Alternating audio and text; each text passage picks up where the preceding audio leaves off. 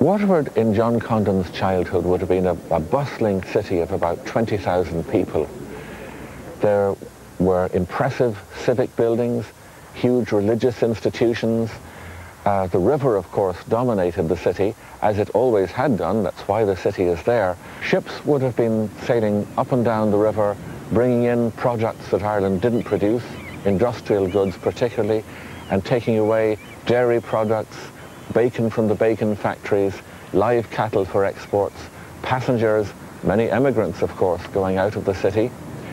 And also, in Ballybricken, you'd have had the great cattle and pig fairs of the day. We're in Waterford City Archives, and this is one of the dedicated archival storage areas we have in the building. People like the Condons would have left a very small footprint in the records, but we do have some sources here that can tell us where they lived and the type of house they lived in. We know from the 1911 census that the Condon family lived on Thomas's Avenue, or alternatively, as it was known, Wheelbarrow Lane. The name varies from source to source. In this particular case, it is given as Wheelbarrow Lane.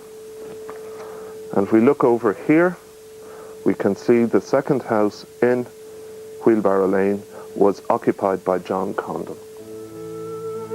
John Condon and his wife Mary and their 5 children would have lived in this very small house on Thomas's Avenue, or Wheelbarrow Lane.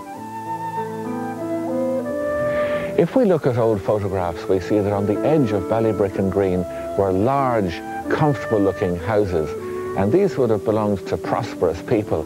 But we have to remember that behind this facade were whole warrens of lanes of tenement houses in which overcrowding was rampant.